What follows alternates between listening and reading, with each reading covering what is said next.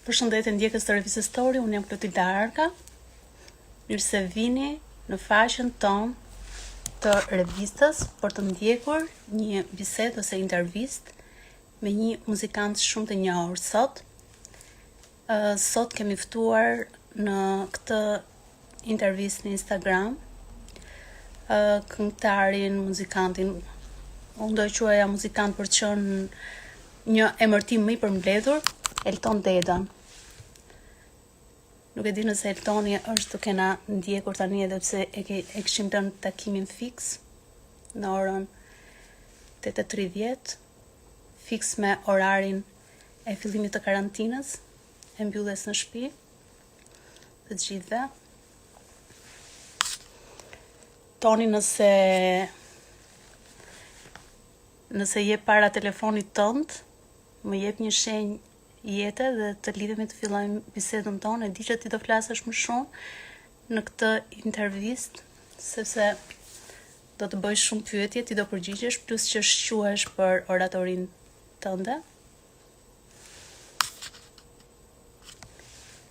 Ndërkohë, gjithë ju ndjekës, fansat, Elton Dedës, apo të grupit të tij, Tre Muskëtierët, mund të bëni pyetjet tuaja.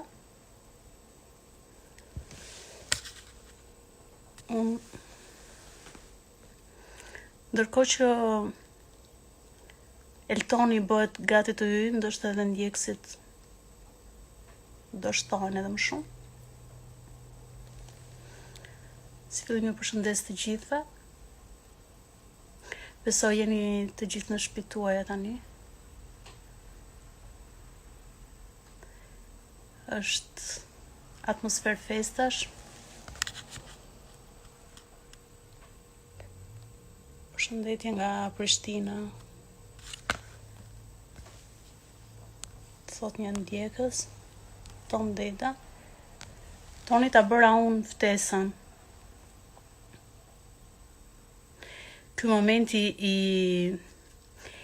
lidhjes me personazhin, ja, Toni Juri, me personazhin nga ana tjetër e Instagramit është pa problem, sepse virtualiteti e ka këtë pjesë që asgjë nuk është eksakt.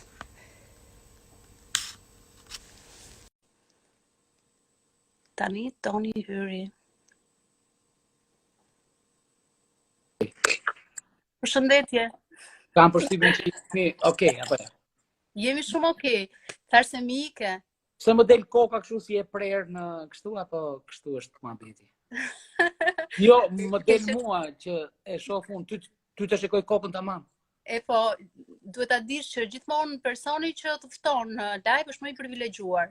Për shembull, dhe këto komentet ty të dalin sipër fytyrës, ndërsa unë e kam portretin e qartë. Kështu është. Jo, komentet dalin poshtë fytyrës edhe mua, po nice. Poshtë fytyrës, por e tani të dosh. Ashtu që e rregullova çik kështu. Jo, tani dukesh komplet. Të pëlqen shiu sa unë e kam shumë qejf shiu. Se erdha tani nga diku, po vrapoja.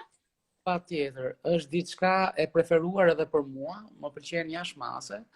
Madje shumë njerëz e marrin si një diçka që i plagështon, kështu, kurse unë nuk e mendoj fare të tillë, përkundrazi shiu më sjell një trishtim të bukur, më sjell edhe një lloj gjendje që ne zakonisht, duke qenë një vend shumë i hapur drejt diellit, nuk e provojmë shpesh, sepse ne kemi më shumë ditët me diell. Po, dhe ndërkohë që është shiu, është pikërisht ajo gjë që ne kemi më nevojë. Pra, ato ditë që i kemi ne me shi, mendoj që duhen shijuar pikërisht në bazë të krijimtarisë, sepse jo vetëm njeriu i thjesht, kushdo që është i thjesht, pra që nuk është artist, e ka që si me shi, si me diell, diellin e shiun, shiun e shiun, po shiun më tepër ai e mendon që e kap çike puna vet, nuk e merr mirë këtë gjë. Kurse dielli është gjithmonë që ne dalim, s'kemi çadër, janë rrugët e pastra, kanalet, por në këtu që ne i kemi goxha të mira, edhe me thënë drejtën kur bie shiu, mazallase përmbyten vendet tona. Kështu që janë me qef njerëzit në këtë pikë, kurse unë e vlerësoj jashmase. thjesht për idenë, sepse ato pikat e shiut, sidomos zhurma, në një bubullim e vogël, në diçka, mua më sjell kujtime, më sjell inspirim edhe është bukur. Është bukur, po ti ke bërë ndonjë këngë për shill se Aleksandër Gjoka e ka bërë një vajzë plakur. Ju që i thot vajzë plakur, nuk është këngë për shiun, po dhe te nuk kërkoj të njëri kemi shi. Nuk është puna, edhe Red Makazhi ka lot në shi, ne gjithmonë i kemi kënduar diçka shiut, ë. Pra nuk është puna se po nuk duhet më bërë shiu, le të themi kryefjalë. Eksagjer, shiu është një pjesë e jona e cila po është në jetën tonë edhe ne duhet ta trajtojmë si një pjesë e jetës sonë, jo se ta bëjmë kryefjalë. Po ndodh ndonjëherë që vrapon në shi ose nuk e di, aratisesh, se je pak shpirt bohem, po duket apo ja? Ja, pak. Pak je shumë. Edhe ose të bëj një pyetje tjetër, ka ndodhur ndonjëherë që ke bërë dashuri në shi? Wow, po si? Madje edhe në balkon. Më fal që tani sa kështu intervistën, po jo, s'ka problem. Pyetje romantike ishte pra. Jo, ishte bukur, ajo ishte në qefin e vet edhe s'është në Mirë. Në këtë bukur është. Shiko, çdo njeri e vlerëson sipas qefit vet. Secili prej nesh, çdo njeri në jetën tonë kemi pasur eksperiencat e veta. Dhe artisti në këtë pikë nuk bën diferencë nga njerëzit e tjerë. Ai është thjesht një pjesë e kësaj jete që ne jetojmë. Ashtu si i përjetojnë gjërat, ashtu i përjeton edhe Klotilda, ashtu i Kloja, më fal se unë të njoh prej kohësh.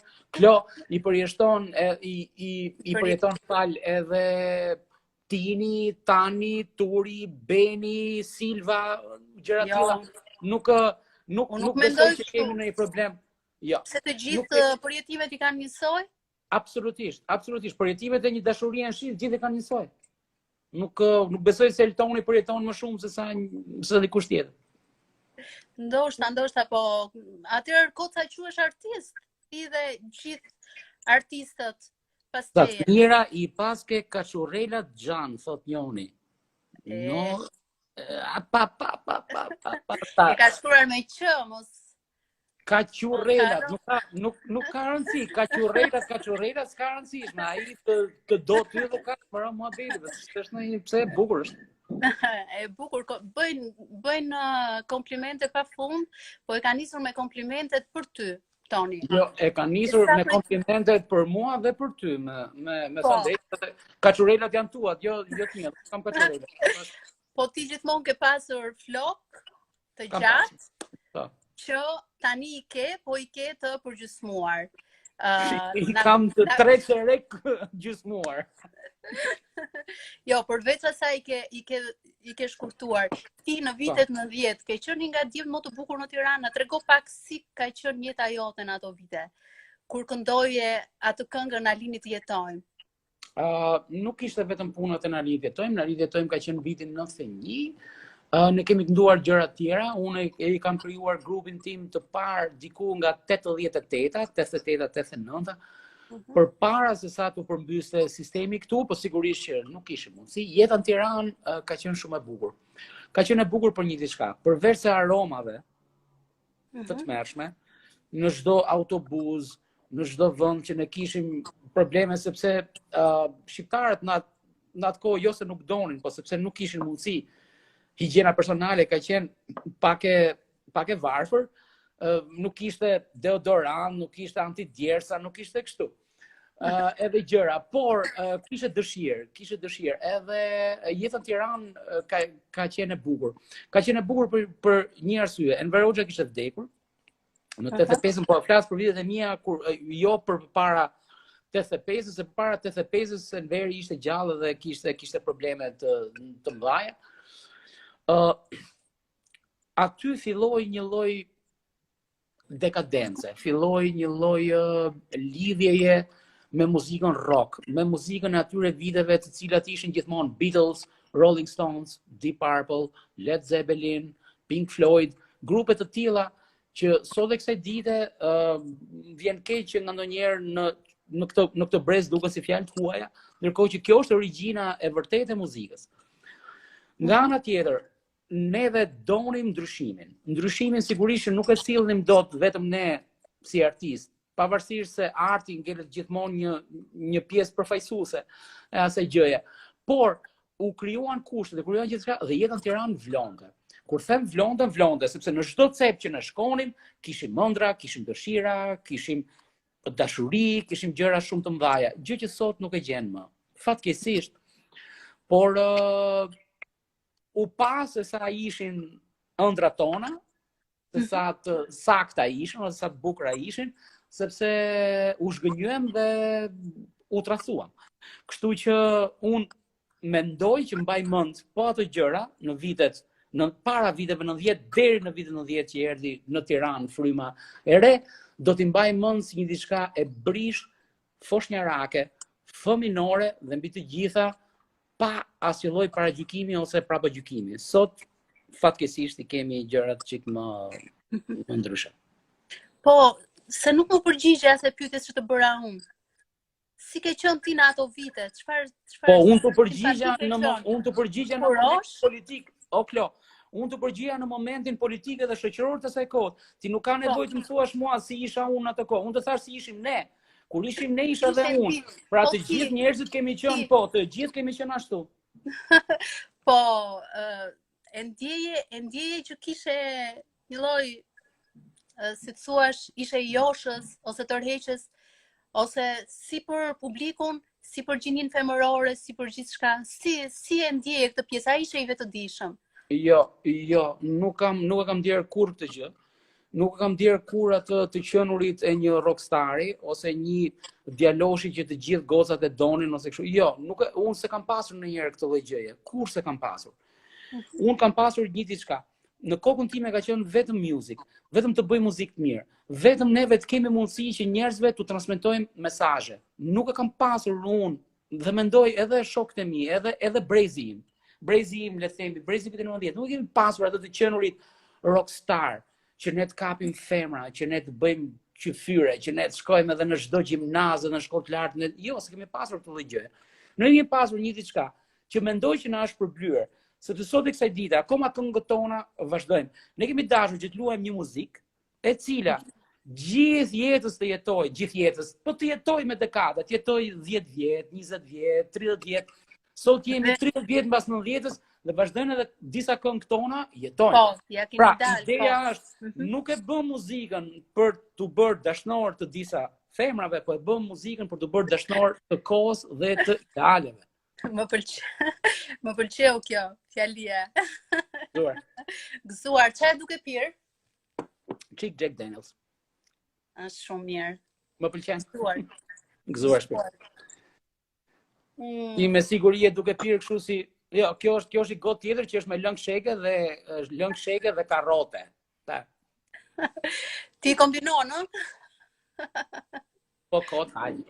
Kam përshtypjen që ka për të zënë për të bërë tap më shumë lëngu shegës se sa me thënë të drejtën kam përshtypjen se po kaloj në Covid të lehtë sepse s'po e mor vesh se ç'është whisky edhe kjo dhe po më gatarron shtyjet e këtyre. Po e kalon e sigurt që po e kalon. Më thënë ti se ke kaluar akoma Covidin, me sa po kuptojmë. Nuk e di, duhet bëj një test që ta kuptoj. Duhet bëj një test serologjik që unë ta marr vesh e kam kaluar apo s'e kam kaluar. Deri tani kam pas një shenjë të madhe, po si gjithë rob në këtë periudhë nga ndonjëherë çik hund, të shtima, rruf, ftofje, gjëra të tilla. Mos pi shumë se do dehesh thot njëra, mos pi shumë, po nuk dehet njeriu me një gotë më i zot. Nëse, anyway. Nuk arrin ta kuptojnë ato se çdo të thotë ti je rocker. Ja, mos ka problem. S'ka problem. Po ato ndaloj pak tek festivali i këngës. Bëre gjithë ato koment, u more me gjithë këngëtarët një nga një. Bëra një koment, unë bëra një koment, le të themi, të vogël të gjitha këngëve, pak nga pak. Pra nuk u mora shumë me çdo këngë në veçanti, sepse ashtu do t'i binte goxha gjë e madhe. Ideja është që unë kam bërë goxha shkollë, jam, le të themi, një kritik muzike i pa licencuar, sigurisht, sepse do i binte që unë të merja licencë nga Akademia e Shkencave, por e kam aq të afër sa mund të bëj një kritik për festivalin Dhe jo vetëm për festivalin, por edhe për një diçka, le të themi, edhe tjetër. Tani, unë e bëra atë lloj gjëje për një arsye. Jetojmë në një kohë shumë të çuditshme. Jetojmë në një kohë e cila është e mbrapsht. Është një vit shumë i mbrapsht. Duke qenë një vit shumë i mbrapsht, do të thotë që neve nuk jemi njësoj. Jemi ndryshe. Jemi ndryshe jo se ne duam, po sepse kështu janë bërë gjërat. Dhe në momentin që kështu janë bërë gjërat, atëherë mendoj që ne kemi nevojë për më shumë fjalë të mira, sesa kemi nevojë për kritika të mëdha, e më thash. Në rast se do bënim kritika vërtet të forta, siç e bën bota jashtë, do kishte qenë një kohë tjetër, kurse në këtë kohë ne kemi nevojë për efekte pozitive, kemi nevojë për mesazhe pozitive. Dhe mesazhet pozitive janë pikërisht ato që na duhen në këtë vit të mbrapsht që ne po kalojmë. 2020 duhet ikë nga kalendari jon. Duhet të shkojë nga kalendari jon, ta heqim, pavarësisht se ne jemi plakur një vit më shumë, por si vit, pra ne duhet ka përcejmë nga 2019 direkt në 2021. Shpresoj që dhe 2021 të jetë i bukur, por mendoj që edhe festivali kishte nevojë për këtë lloj gjëje dhe kritika ime ka qenë pikërisht në këtë gjë, në një gjë pozitive. Plus që un kam parë një tendencë e këtij viti që festivali shkonte drejt një muzike më moderne, shkonte drejt një muzike më indie, independent që ne i themi, indie rock, indie pop, nuk ka rëndësi, dhe kam parë disa këngë vërtet shumë të këndshme. Po mund të na i thuash këto këngët e këndshme që të pëlqyen ty? Po si? Sepse direkt pas shpalljes së fituesit plasi në rrjet si gjithmonë si çdo vit, para dhe pas festivalit ka gjithmonë një si të thuash një betejë mes këngëtarëve, po edhe fansave të tyre. Mund të na i veçosh këngët e tua të preferuara dhe pse? Mendoj që me sa kam parë unë, me sa pash edhe me sa dëgjova, ishte kënga e Florinta Brashit më ka pëlqyer jashtëmase. Kënga e Gjergj Qenarit më ka pëlqyer jashtëmase, sidomos për mua orkestracioni ka qenë më i miri i festivalit, për mendimin tim. Por ka babin muzikant ai, normalisht ka nuk ka rëndësi, Gjergji është vetë talentuar dhe nuk ka rëndësi. Ne nuk mund themi domethënë që baballarët këto. Jo, po që nuk i talentuar, nuk e bën atë. Të fundit nga ana është ndryshe kur e ke muzikantin në shtëpi, kam përshtypjen unë. Nuk ka rëndësi, Klo. Nuk ka rëndësi. Nuk ka rëndësi, sepse ideja është në rast se ti je një futbollist i mirë, edhe po ta kesh babin futbollist të mirë, ti do shkëlqesh në fushë. Në rast se je futbollist i keq, po e ke pas babin futbollist mirë dhe shkon në fushë dhe je i keq, nuk bën dot gol. Gjergji nuk është ashtu. Atëherë, Gjergji po. Ishte Franz Koruni që nuk e futën në finale, më pëlqeu shumë. Ishte një Fatos Shabani, një djalë nga Kosova i papar, shumë i bukur. Ishte një këngë për radio, shumë të bukur Lali. Këto nuk e futën aty në atë mbrëmje finale. Kënga e Kamelës, bote. Kamela Plus është për mua këngëtare më mirë e festivalit që ishte aty. Fantastike. Pra kishte shumë këngë të cilat po të shikoje mirë, ishin tamam, le të themi, një periudhë e bukur e jetës e cila vazhdon, muzika vazhdon, nuk ka rëndësi. Mund të ketë pandemi, mund të ketë gjëra, muzika vazhdon, gjithmonë do jetë bukur. Toni, dua të më shpjegosh diçka, jo vetëm jo mua, po atyre që na ndjekin. Ndodh që ju i quani këngë perfekte, disa këngë që nuk mbeten janë si abstrakte, por veshin e një publiku të gjerë, ose nuk arrin asnjëherë që të bëhen hit, të këndohen, të memorizohen. Mund të ma shpjegosh pak se çfarë ndodh me këto lloj këngësh që janë kaq perfekte për veshin e një kritiku, po për veshin e një dëgjuesi nuk përbëjnë asgjë. Patjetër. Anashkalohen. Po, mendoj për mendimin tim është që çdo këngë e mirë do marketing. Ashtu si nga njëherë një këngë e keqe bëhet e dëgjueshme për veshin sepse ka marketing. Një këngë e mirë ka nevojë për marketing. RTS-ja në këtë festival që është një aset shumë i madh, për mendimin tim, duhet të kishte gjëra, si ja them ty, marketingu më i madh. Duhet të bëj binjavzime, le të themi, me radio të ndryshme, me Top Albanian, me Klanin, çfarë janë radio të tilla në mënyrë që ti promovoj këngët e festivalit. Dhe në momentin që këto këngë me Radio Shqipin, ka shumë radio në këtë pikë. Nuk po flas për televizione, se në televizione e ka ndonjëherë që jo kështu, jo ashtu, por në idenë e transmetimit të këngëve dhe të bërit marketing të këngëve, RTS-ja do bënte mirë që të bënte binjakëzime me radio të tjera në mënyrë që këngët të shkojnë sa më shumë tek publiku. Dhe jam shumë i bindur që këto këngë nuk kanë asnjë gjë më pak nga këngët e festivaleve të tjera. E rëndësishme është mënyra e marketingut. Për mua, RTS-ja është pak hermetike në këtë pikë. Kjo politik duhet të ndryshohet. Tashti ato janë ke RTS-ja, unë nuk jam punonjës i RTS-s, dhe ato e mendojnë për veten e vet. Ideja është që sikur të bënte kështu, mendoj që do t'i jepte një gjë më të bukur. Po për shembull, jo, unë kisha edhe në aspektin një këngë që është shumë e kuruar, nuk bëhet asnjëherë hit, edhe sikur ta ketë marketingun. Ja, e ke shumë gabim. Një këngë që është shumë komerci nga kënga. Jo, nuk jam dakord me këtë. Një këngë që është shumë e kuruar në marketing dhe në të gjitha gjërat, sigurisht që bëhet hit. Nuk jam dakord me këtë. Bëhet. Qa mendimi ke për komercializmin në muzikë? Ti je nga ato muzikantë që e hec poshtë një këngë komerciale që ka pak muzikë Ballkani që fiksohet shpejt, nuk e di. Ti qa mendon për këtë pjesë? Mendoj që unë nuk kam asnjë lloj të drejtë që të hedh poshtë diçka që është komerciale. Nuk e kam atë fuqi. Nuk jam personi i tillë, nuk jam zoti, nuk kam asnjë lloj gjëje, unë thjesht dua të bëj një diçka. Unë kam ardhur në këtë jetë për një mision, të bëj muzikën time, të bëj gjërat e mia. Nuk më intereson, domethënë raste të tjerë duan të bëjnë muzikë komerciale ose nuk kam probleme të tilla. Për mua vërtet është një problem që tekstet janë të dobta. Muzika ndonjëherë është shumë e dobët. Muzika ndonjëherë bëhet, si ja them, është shumë e zakonshme, por efekti komercial sot nuk është vetëm në Shqipëri, është në të gjithë botën. Duke qenë në të gjithë botën, neve nuk e luftojmë dot të gjë, sepse muzika nuk është luftë. Muzika është dashuri, muzika është paqe.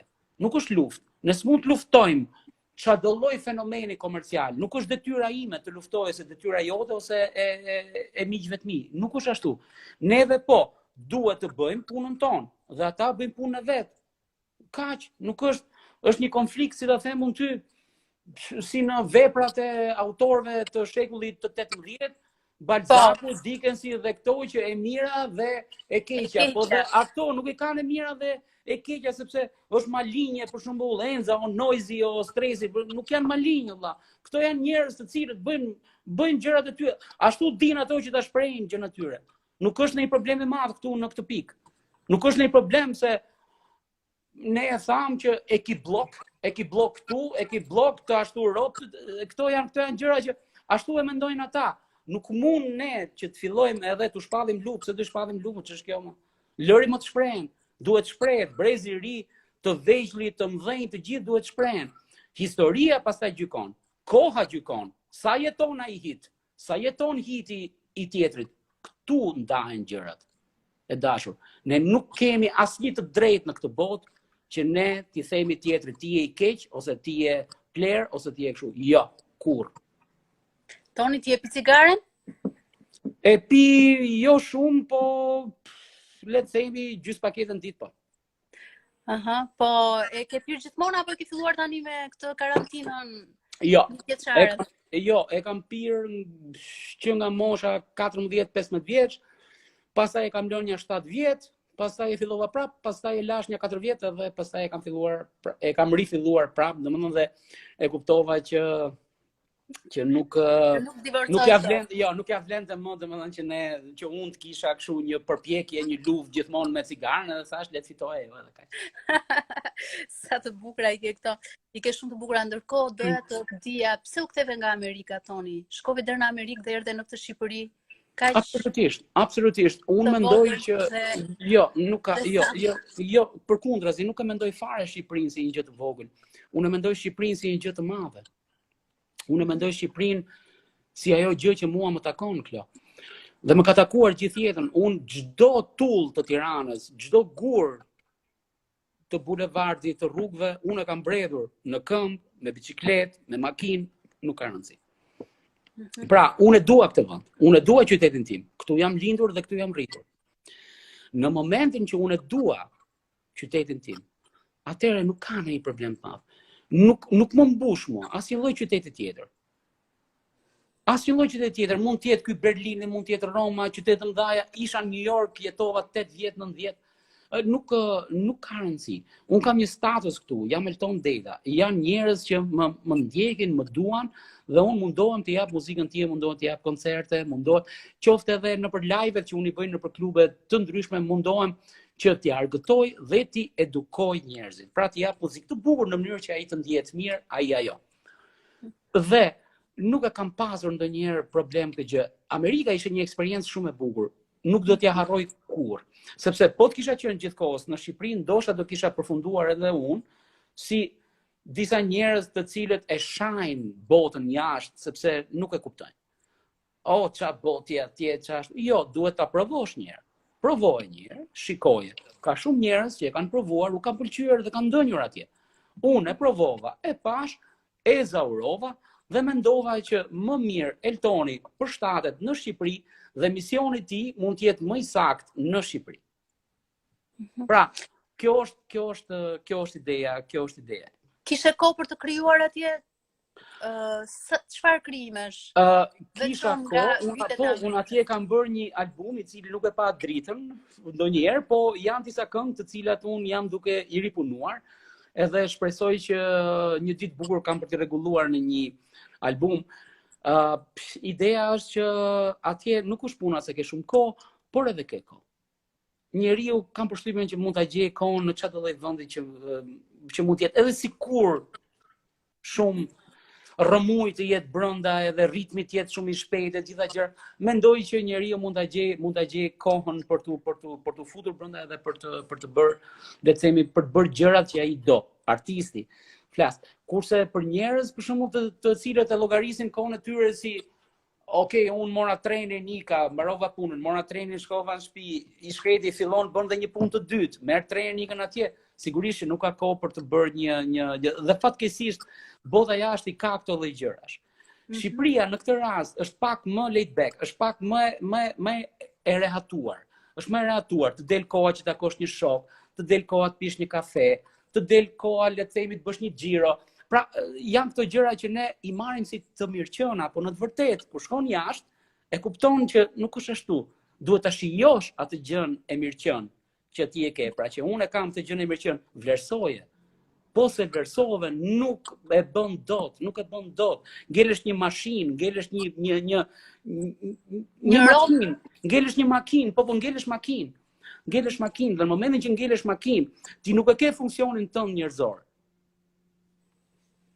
Erdhe për të bashkuar me Redon Makashin dhe Aleksandër Gjohën. Po. Si funksionon kjo treshe? Është shumë e vështirë që një grup të vazhdoj të rrijë gjatë. Ndodh ndonjëherë që dikush nga ju nuk ka telefonin, ziheni me njëri tjetrin, ngatroheni.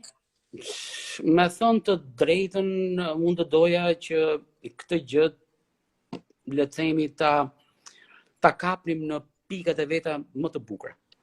Dhe pikat e veta më të bukura janë. Unë me Sandrën dhe me Redonin kam gjithë jetën që njifem. Kemi punuar bashkë, i kemi shihet pothuajse të njëjta në muzikë dhe në momentin që ndonjëri për nesh nuk e kap telefonin, për shembull Sandri mbrëmje ra telefonit tim, unë si ja kapa, isha për çepin tim po shikoja film shqiptar. Okej. Kapedan. Jo, po shikoja Kapedanin, nuk e di, po shikoja për ta thënë çka po shikoja. Jo, po shikoja Kapedanin, jo, si është Kapedani? Po mos po shikoj një film me këto humoristët? Shqiptar? Jo, po shikoja ato një herë me Sillon, me Koçën, po. Shiko, ideja është që me Sandrin me Redonin e kemi një marrëdhënie perfekte, gati perfekte, sepse në çfarëdo lloj gjëje që ne e bëjmë si të përbashkët. Pra, në rast se Sandri ka një ide, unë e përqafoj, Redi ka një ide, unë e përqafoj, unë kam një ide, ata e përqafojnë, edhe e bëjmë këtë punën, pra edhe albumin e ri që ne jemi duke e bërë. Po e bëjmë fiks fare me këtë lloj ideje. Pra, të gjithë njerëzit që punojnë për këtë album duhet të bëjmë një diçka që këngët të jenë të shkruara për të tre. Dhe kjo e glorifikon dhe e mbyll të gjithë, le të themi, fragmentin ose pikturën e madhe të tre moskëtjerëve. Për një arsye, sepse çunat janë shumë easy, janë shumë të thjeshtë. Janë çuna tamam, çuna tirone që i themi neve. Djem shumë të mirë. Djem të cilët gjithë jetën e vet kanë sakrifikuar dhe kanë bërë muzikë dhe ja kanë kushtuar vetëm rock and rollit edhe muzikës pop. I kemi pasur syt nga perëndimi, nuk i kemi pasur syt në për turqizma, në për gjëra, ndoshta dikujt mund të mbesi qefin në këtë pikë, sepse edhe ne kemi sepse nga telenovelat dhe nga këtë gjëra ashtu, por ideja është që ne kena pasur mendjen për këtë gjë. Ne duam për shembull muzikën angleze, muzikën amerikane, edhe këto. Ideja është që ne kemi vendin ton në këtë pjesë të historisë, ne kemi vendin ton. Duke pasur vendin ton në këtë pjesë të historisë, ne duam të mbajmë këtë vend dhe nesër pas nesër të gjithë jemi të vdekshëm. Neve nuk do jetojmë përjetësisht. Të gjithë do vdesim, do vdesim. Në momentin që ne do vdesim, çfarë do lëm? Do lëm gjurmën tonë. Dhe gjurma jonë duhet të jetë ashtu siç ne e mendojmë, jo vetëm unë, Sandri dhe Reti, po dhe ti, Klo. Edhe njerëzit që na komentojnë këtu. Gjurma, çfarë do lëm neve? Çfarë do bëjmë? Çfarë do bëjmë kur ne të mos jemi në këtë botë? Me të vërtetë, është shumë e thjeshtë. Me të vërtetë duhet të interesojë njeriu ajo që do lër pas vdekjes? Ti si e mendon? Unë për mendimin tim po, sepse në momentin që ne nuk na intereson ajo çka do lëm pas vdekjes, do thotë që ne kemi jetuar kot. Kush është gjurma jon? Kush është gjurma jon, Klo? Jo se të gjithë bëjnë këngë, por inxhinieri që ka bërë një shpikje, një racionalizues, një tjetër, ka shumë njerëz në këtë botë. Profesionet janë të pafundme. Dhe të gjithë ta njerëz e kanë bërë një diçka, Po të jetosh me nder, dhe po të jetosh bukur, dhe po qesë ti nuk je servil dhe i paaft, e loj gjurmën tënde shpirto. Nuk e di. Nuk e di ajo vlen. Unë të paktën e mendoj sigurisht që ja vlen, por ndoshta shumë njerëz kanë ardhur rekora shumë të çuditshme që ndoshta edhe njerëzit nuk e mendojnë kështu, ama se çapo flet ky po bën morale se kështu. Jo, për mendimin tim unë mendoj që vlera, dashuria edhe mbi gjitha profesionalizmi lën një gjë shumë të madhe në këtë jetë dhe jam shumë i bindur që kështu është. Faktikisht historia kështu e ka treguar. Ne nuk duhet të merremi me gjëra të vogla e cila jeta ne na thotë që është një djalë i ri i cili thotë, "O pse se kam këtë Range Rover?" Jo, nuk mund ta kesh. Nuk mund ta kesh 18 vjeç Range Roverin. Nuk mund ta kesh. Duhet të punosh, të bësh gjëra derisa ta marrësh atë. Pra, nuk mund të marrim shembull ne një gangster, nuk mund të marrim shembull një Arsimi pastaj. Arsimi këtu është bërë një problem shumë i madh. Si mund ta bëjmë ne këtë? Po gjurma kjo do jetë. Ne po i arsimuam mirë fëmijët, po arritëm mirë që të shkojmë në përgjëra të cilat ata të jenë nesër pas nesër, të jenë flagship, të jenë të përparët, e cilët e marrin ato si ato kalorësit dikur në mesjet dhe mbanin flamurin edhe shkonin edhe pushtonin toka. Kështu duhet jetë edhe shqiptari. Ky albumi që po punoni tani, ka ndo pak reflektim nga realiteti shqiptar, çfarë përmbajtje kanë këngët tuaja? Tani, me thënë të drejtën, është një çik në fillime, le të themi fillime. Është një çik në le të themi është tamam në fillime, ne kemi filluar, unë kam filluar nga orkestracionet. Përmbajtja faktikisht ne kemi dëshirë që ta bëjmë, le të themi 70% të jenë sociale. Pra, me gjëra sociale, me tema sociale, me gjëra që i dhëmbin njerëzve. Pra jo sa e bukur je, duart e tua, erdha këtu të putha, unë u shkriva, nga ato gjëra, mendoj që ne i kemi kaluar këto, bën fakte dhe mosha, sepse nuk kemi më të rinj shumë, edhe madje themi fare të rinj për atë mohabet, po në një ideja është që tematika e albumit duhet jetë diku në 7% duhet jetë ke temat sociale. Tjetë ke tërmetit, tjetë ke zërafiksi, tjetë ke mjekët, tjetë ke gjëra të tilla, të cilët neve në këtë periudhë, më thënë drejtën, kur është bërë albumin e kemi pasur goxha shumë keq. Kemi kaluar drama. Periudhë me shumë drama dhe që fatkeqësisht ne nuk na duhet, po nuk e kemi për taks këtë gjë. Nuk e kemi. Ne boll kena pasur shumë probleme. Gjithë jetën tonë Shqipëria ka qenë një vend sulmon njoni, sulmon tjetri, bëj kështu, bëj ashtu, ja më lale, s'kena nevojë për ashtu. Jemi njerëz shumë të mirë. Ne jemi njerëz shumë mirë, jemi njerëz perfekt. Neve si njerëz jemi perfekt, jemi shumë të mirë, të dashur, mik pritës e të gjitha gjëra. Jo, ne thjesht na ka mashtruar pak si shumë politike dhe kjo gjë ndodh pak rëndom. Po, ajtë gëzuar Krishtlindjet, me qenë se jemi edhe në atmosferë Krishtlindjesh dhe doja të bëj një pyetje. Gëzuar e dashur. Si shijon ti, si feston Krishtlindjet? Dhe cila është marrëdhënia jote me Zotin? Kjo është një pyetje një çik pak si e ndese. Unë Krishtlindjet, me thënë drejtën, më pëlqen. Jashtëmas më pëlqen shumë si festë, më pëlqen atmosfera, më pëlqen mënyra se si vjet tema, bëhen gjërat, më thënë ashtu. Me Zotin do flisja për një marrëdhënie për një marrëdhënie tjetër, do thoja që për mua nuk ka një Zot, Jezus, Muhammed, Bektashin, nuk është një Zot i tillë, pra nuk i vë një emër. Unë i vë emër Zotit tim që unë dua që të besoj. I vë një Zoti të cilit unë shpeshherë i ngrej duart lart edhe vështrimi lart edhe i them që më ndihmo ose më mbaj mend në kokë, por nuk i vë emër. Mund të jetë rock and roll, mund të jetë Led Zeppelin, mund të jetë pra nuk e vë një doktrinë fetare në këtë pikë. Por sigurisht që si çdo njeri në këtë botë, ne kemi nevojë që të besojmë dikur. Qoftë edhe shkencëtari më i madh, besoj që ka nevojë që të shkoj diku edhe të besoj. Kështu që në këtë pikë mendoj, nuk dua të bëhem kështu si them unë pragmatist, është një person pa lidhje, po nuk mund të gënjej, pra nuk mund të them që unë i takoj ortodoksisë, katolicizmit, muslimanizmit kështu, po kam gjërat e mia. Nga ana tjetër, marrëdhëniet me Krismas, unë nuk i shoh si të them unë ty sepse lindi Jezu Krishti. Unë i shoh si një natë e mirë. Edhe Bajramin e shoh si një diçka e mirë. Më kupton? Pra, çfarë do lloj gjëje? Këto janë gjëra që ne na sjellin mirësi dhe duhet të jemi të mirë. Nuk ka rëndësi se ne ku besojmë. Ne duhet të besojmë tek gjëra që na japin mirësi.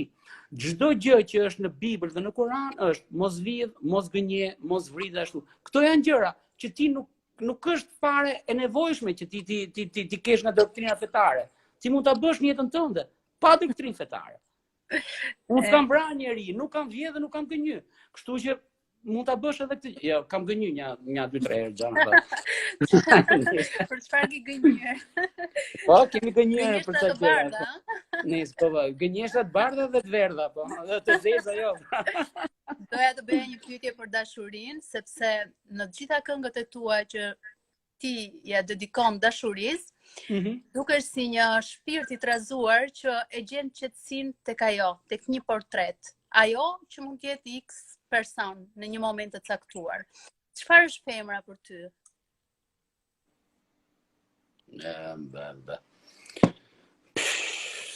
Gjithçka. Mendoj që është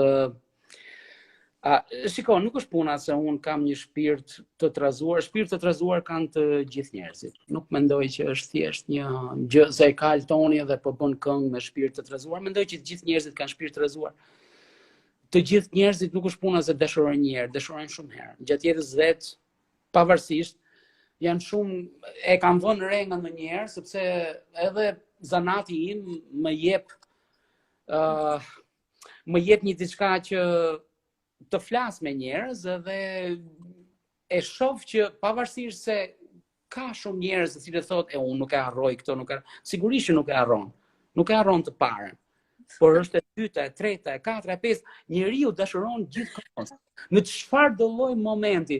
Dhe atë që dua unë të them, çka është femra për mua? Femra është gjithçka.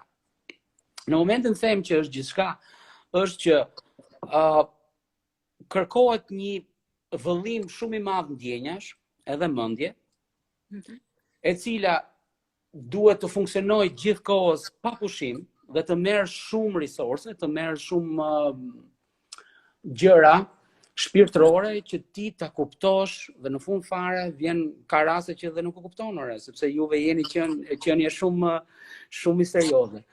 Duke qenë se jeni qenie shumë misterioze, çfarë ndodh tani? Neve gjithmonë mundohemi që t'i bien për shkurt. Momentin që ne i bien për shkurt, juve doni që ne t'i bien për gjatë. Fatkeqësisht neve nuk e kemi mendjen tuaj.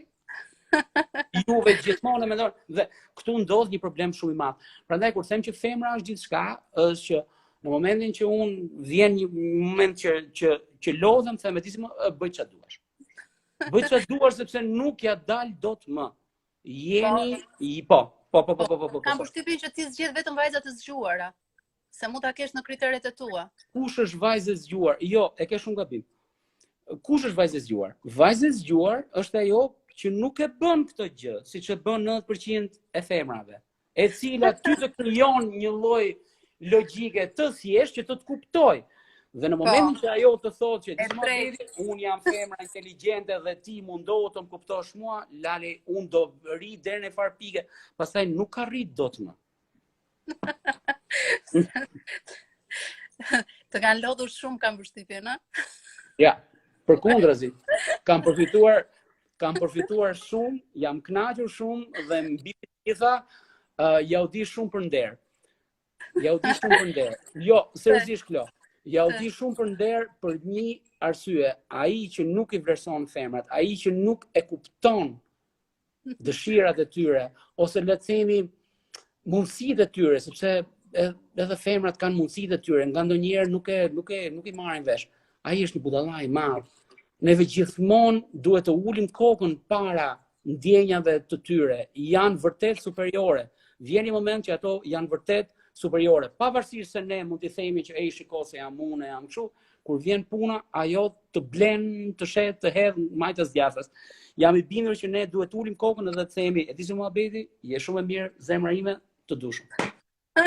Kaq duhet ta mbyllim, mos të Kam përshtypjen që këtë lloj maturie dhe sjellje ke arritur tani, se në fillim mund të kesh qenë pak më rebel. Po, jo, rebel, unë kam qenë gjithmonë dhe vazhdoj të jem akoma rebel, nuk kam ndonjë problem të madh. Për qenë rebel, ajo është një pjesë që nuk lidhet me femrat, lidhet me shpirtin tim, por në këtë pikë nuk ka lidhje me atë gjë. Ti duhet të jesh i dashuruar që të krijosh, apo dashuria të zë shumë kohë dhe të okupon aq shumë sa ti e lë dhe krijimin? Jo. Apo duhet të jesh i sapundar? Jo, nuk mendoj ashtu, nuk është ajo gjë. Njeriu frymëzimin e gjen gjithmonë. Dhe kjo nuk vlen vetëm për Eltonin. Unë sot po marr guximin modest, e them gjithmonë modest. E marr guximin modest që të flas në emër të disa personave që jo vetëm që na ndjekin këtu, po që edhe mund na ndjekin edhe nesër ose edhe që më kanë ndjekur mua. Kur nuk është ashtu. Nuk kemi nevojë, njerëzit nuk kanë nevojë për një frymëzim, duhet të duam patjetër një femër që ne të. Jo. Ne kemi nevojë të duam dikë. Nuk ka rëndësi. Mund të jetë një kafshë, mund të jetë një qen, mund të jetë një mace, mund të jetë një yll. Mund të jetë diçka tjetër. Nuk kemi nevojë ne që duam patjetër burri të dojë patjetër një femër që të frymëzohet. No. Pikat e frymëzimit në këtë jetë janë shumë të mëdha. Duke qenë shumë të mëdha, hajde t'i shfrytëzojmë. Se bëhet bukur, edhe për njerëzit bëhet bukur. Edhe për njerëzit më bëhet bukur, është fantastike më. Një hardhi rrushi, një portokall, një mandarinë, ku t'i gjon lali? Po, nuk ka vetëm një dashuri në këtë botë, nuk ka vetëm një marrëdhënie mashkull-femër në këtë botë më. Ka shumë gjëra më. Ka marrëdhënie, ka dashuri për makinën, ku t'i gjon. Ka dashuri për dashuria më e madhe. Do me thënë, kjo është, nuk ka në një problem në këtë pikë. Qa e ke Elvis Naçin, thot njëri. Qa e ke Elvis Naçin, qa e kam unë Elvis Naçin, po shne. Jo, prit, Alban Gjisi. Po ti Arjan Gjisin, qa e ke plako?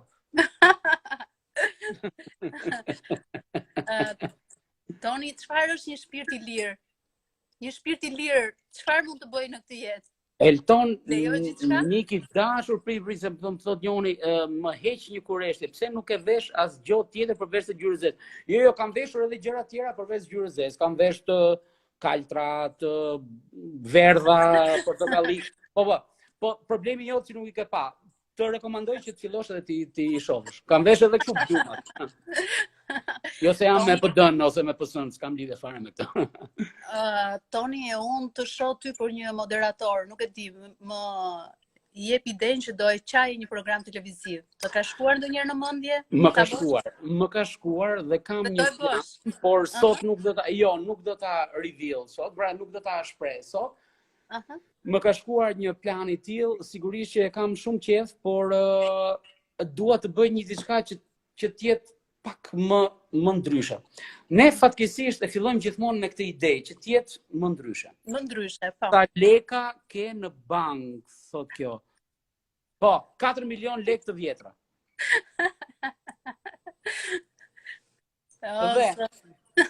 Pritore, si të shti, dhe ideja është që neve duam të bëjmë një diçka e cila të jetë ndryshe. Kur fillon kjo ndryshe, gjithë thonë do ta bëjmë ndryshe, do ta bëjmë ashtu. Jo. Kur fillon kjo ndryshe, është ideja që ne nga ndryshe pra bëjmë po të njëjtën gjë. Unë dua të bëj një diçka që të jetë vërtet ndryshe, që të jetë e dedikuar vetëm për edukim me muzikë. Vetëm për edukim me muzikë. Dhe edukimi me muzikë është një nga gjërat më të bukura në këtë jetë. Wow, të përshëndetë nëpërmjet mesazheve, nëpërmjet teksteve, nëpërmjet muzikës, nëpërmjet gjëra është e papar. Hi Fjord. Toni, Fjord. Doli çuni im. Po. Hi Fjord, what's up, man? Sa i mirë. Është shumë i mirë, po. Shumë i mirë. Është i shkëlqyer. Djali i shkëlqyer. Fal që të ndërpreva, po na thuaj dy fjalë për djalin që jeton në Amerikë. Të ngjan? Si është? Fjordi më ngjan, bën diçka ndryshe dhe mos pi cigare live në ambient të mbyllur. Shiko. Mirë, e dashur, po të them një diçka që do ta pikse cigare dhe pastaj do hap xhamat kur të ikësh shtëpi, sepse do qetësohet muhabeti. Tani, Fjordi është një djalë shumë i mirë, është një personazh i cili i bie trompës, është një trompist shumë i mirë, plus në shkenca është shumë i mirë, edhe kam përshtypjen që i kanë ngjarë më shumë mamas të tij se sa mua, të paktën kur e shoh në fytyrë i ngjan më shumë Jolës se sa mua. Ja, unë mendoj që të ngjan edhe ty ka nga tia jote. No. Unë mendoj që jo, unë mendoj që Fjordi ngjan më shumë asaj, po kjo s'më vjen asnjë lloj problemi, sepse e rëndësishme është që ti të bësh dikë i cili do vazhdoj emrin tënd, do mbaj mbi emrin tënd, do përsëritet, pra genet e tua do vazhdojnë që ta çojnë këtë botë përpara. Mua s'më intereson fare kujt i ngjan, mamit, babit, gjyshit, nuk e kam fare këtë lloj problemi. Më pëlqen që fëmijët të bëhen më të mirë se prindrit. Kjo është. Po u bën më të mirë se prindrit, për mua e kanë realizuar gjithë ëndrrën tonë, të gjithë ëndrrën e një babaje ose mamaje që është në këtë botë. E vërtet. Dhe ti je një babi shumë i mirë.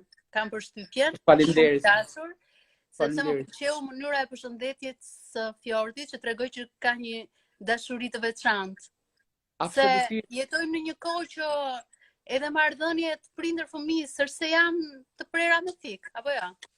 Absolutisht, sigurisht. Unë mendoj që neve duhet jemi jo vetëm njerëzor, po duhet ta kalojmë njerëzillikun, të paktën kur vjen puna për te fëmijët. Fëmijët janë diçka tepër e brisht, janë diçka të cilët neve duhet me kujdes duhet që t'i kurojmë.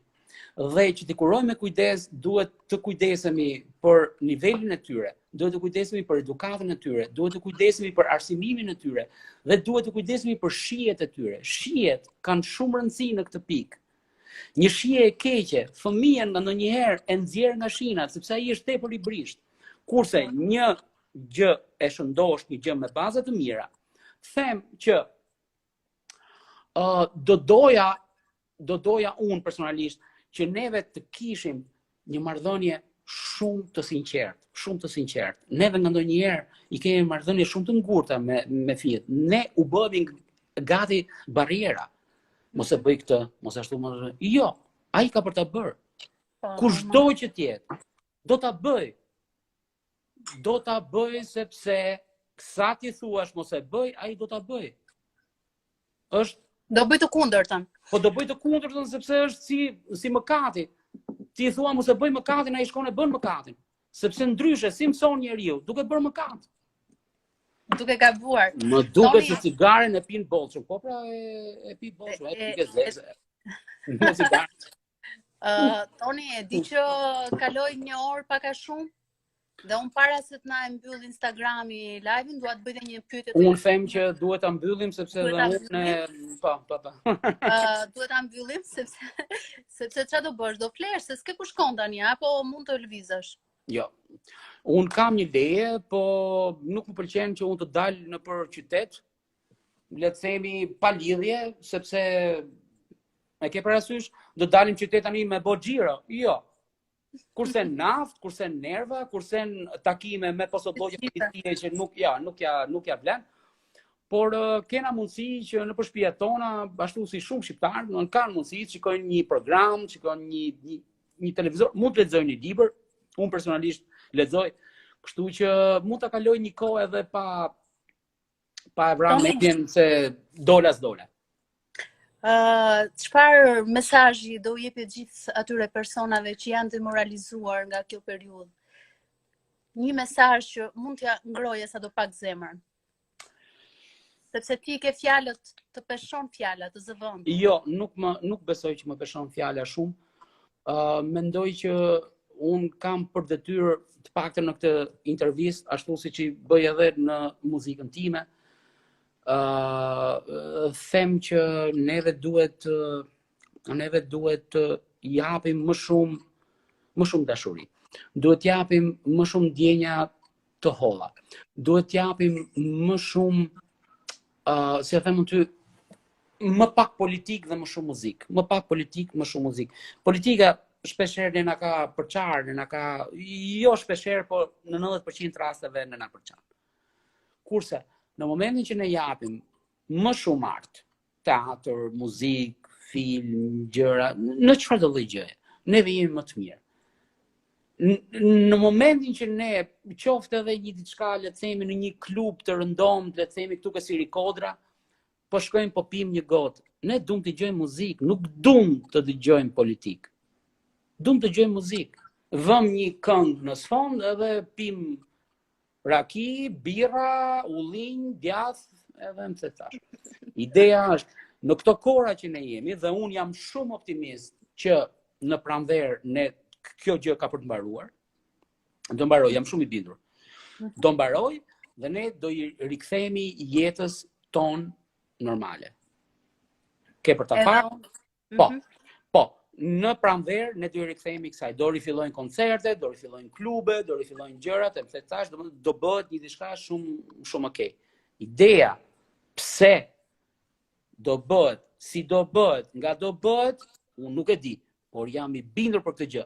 Dhe ne kemi kujtesën e shkurtër. Unë po them, urimi im për këtë vit është e harrofshim 2020-ën, një vit i mbrapsht, si nëse 7 është e njëjta gjë. Ta harrojmë, pavarësisht se u plagëm një vit më shumë, po ne duhet ta harrojmë 2020-ën dhe 2021 do na vi me surpriza shumë të mëdha. Në momentin që qoftë larg dhe 2021 nuk na vjen me kështu, unë them që mos ta bëjmë më këtë intervistë vitin tjetër. Okay. Dhe unë nuk do të vi më domethënë. Toni, të falenderoj shumë. Falenderoj unë. Edhe falenderoj Jo, falenderoj edhe djemtë edhe gocat të cilët na ndoqën i pash. Edhe komentet, unë dua që nuk e di, do të harrojmë, do iki kjo gjë. Më besoni, do iki kjo gjë. Kjo gjë do iki, do zhduket, do iki fare dhe neve do të harrojmë shumë shpejt. Dhe kur fillojmë të përqafohemi sërish, kur fillojmë të pim birra, të dëgjojmë rock and roll, të dëgjojmë muzikë, të dëgjojmë gjëra, do ta kuptojmë që 2020 ishte një vit për të hedhur mbrapa krave. Duruam deri tani, është gjunafi madhe se shumë kanë falimentuar, shumë kanë bërë, kam pasur probleme të mëdha, por ne do ja kalojmë. Nuk ka gjë që njeriu nuk e mposhtë të dashura ime. Nuk ka gjë që nuk e mposhtë njeriu. Ne kemi mposhtur murtajen, kemi kaluar luftra botërore, kemi kaluar kryqëzata, të gjitha e kanë mposhtur njerëzimi. Ne duhet marrim gjërat me optimizëm. Po qëse neve bëhemi pesimist, ne do vdesim nga mërzia. Dhe të vdesësh nga mërzia është gjuna. Nuk e krijon funksionin tat, nuk arrin dot funksionin tat në jetë. Toni, të falenderoj shumë. Po e mbyll që sepse dua ta ruaj si intervistë dhe ta kemi te revista, tek faqja Revistës Story. Unë të përshëndes, të uroj një natë të bukur me filma të shqiptar që i ke shumë pasion. Pafshim. Ndërsa unë po dëgjoj muzikë, rock. Pafshim. Mund dëgjosh edhe muzikë pop, nuk ka problem. Okej. Po të bëj qefin ty, të përshëndes. Ciao Kalamoja. Ciao. Ciao. Edhe ne ty. Ciao, ciao.